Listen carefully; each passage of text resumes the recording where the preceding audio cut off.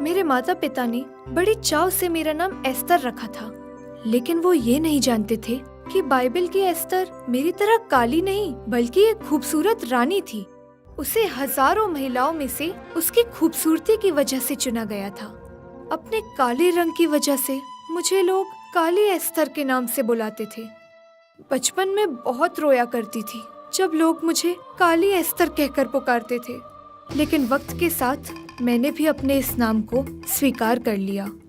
जब मैं बड़ी होने लगी तो मेरा कालापन मेरे लिए श्राप बन के रह गया। मुझे अपने आप से, अपने चेहरे से और खास करके अपने सांवले रंग से नफरत थी। मेरी उम्र की लड़कियां अपने हम उम्र लड़कों के साथ फिल्म देखने, रेस्टोरेंट में खाना खाने जाया करती थी और मैं अकेली अपने आप को अपनी किताबों की गहराइयों में डुबा कर रखती थी। मेरे मन में बहुत ख्वाहिश होती थी कि मुझे भी कोई लड़का दूसरी लड़कियों की तरह फिल्म दिखाने ले जाए, रेस्टोरेंट में खाना खिलाए, लेकिन लड़कों की नजर में मेरा जैसे कोई वजूद ही नहीं था। मैंने रो रो कर प्रार्थना की, उपवास रखा, पर कुछ नहीं हुआ।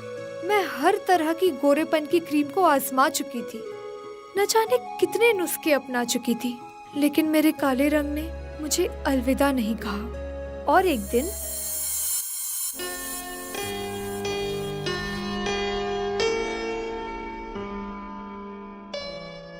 हाय जेम्स। हाँ मैं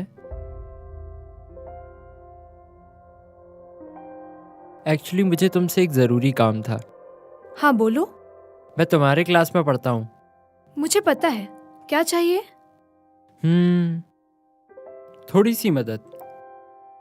साफ साफ कहो। मैं बहुत ही गरीब परिवार से हूँ। मुझे मैथ्स और फिजिक्स बिल्कुल समझ नहीं आता है। तो इसमें मैं क्या कर सकती हूँ? तुम पढ़ा दो, मैं तुम्हारा एहसान जिंदगी भर नहीं भूलूंगा। सोच के बताऊंगी। एक बात और,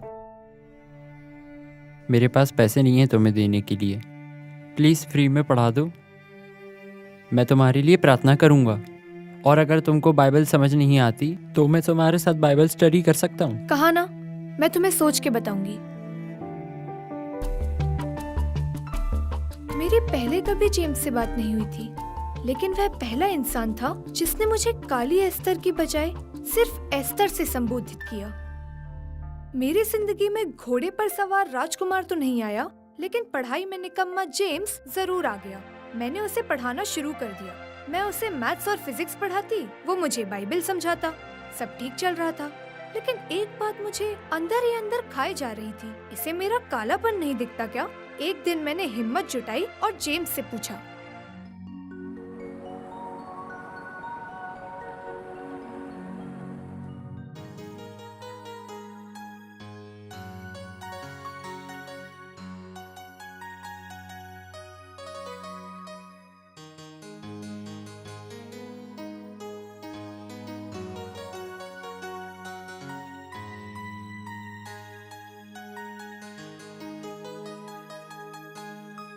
एक बात पूछूं? एक नहीं, दो पूछो। मैं मजाक नहीं कर रही, मुझे तुम्हारा जवाब चाहिए। सवाल ही नहीं करोगी तो जवाब कैसे दूंगा? सब लोग मुझे काली एस्तर कह के बुलाते हैं, पर तुम मुझे सिर्फ एस्तर कहते हो। ऐसा क्यों? मैं तुम्हें फ्री में पढ़ाती हूँ इसलिए?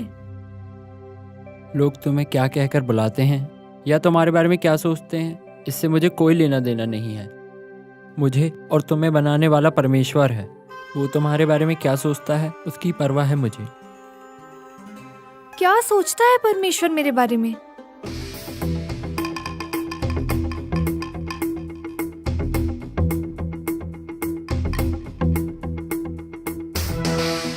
देखो तो क्या लिखा है यहाँ, यशायाह 64:8 में। हे यहोवा, तू हमारा पिता है। देख, हम तो मिट्टी हैं और तू हमारा कुम्हार है। हम सब के सब तेरे हाथ के बनाए हुए हैं।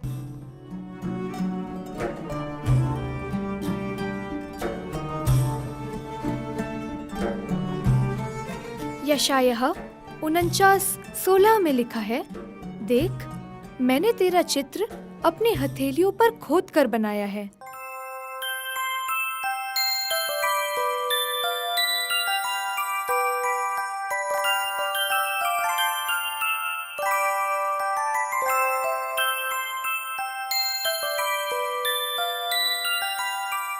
परमेश्वर ने मनुष्य को अपने स्वरूप और समानता के अनुसार उत्पन्न किया।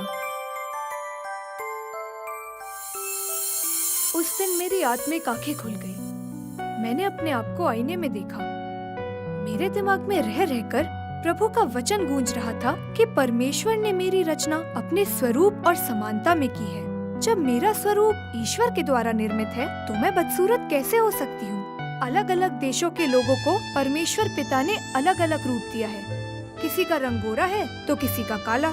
चीन में छोटी आँखों वालों को ज्यादा सुंदर कहा जाता है। अफ्रीका में काले लोग सुंदर कहलाते हैं, जबकि हमारे देश में गोरापन सुंदरता की निशानी है। लेकिन अब मेरा वहम दूर हो गया था और वास्तविकता मुझे स्पष्ट समझ में आ गई थी कि रंग रूप तो ईश्वर का दिया हुआ है। परमेश्वर हमारे हृदय को देखता है। हमारा हृदय पवित्र और सुंदर होना चाहिए। मेरी आंखों से आंसू थम नहीं रहे थे, लेकिन यह खुशी के आंसू थे। मैंने पहली बार अपने आप को प्रभु की आंखों से देखा। मेरी जिंदगी बदल चुकी थी।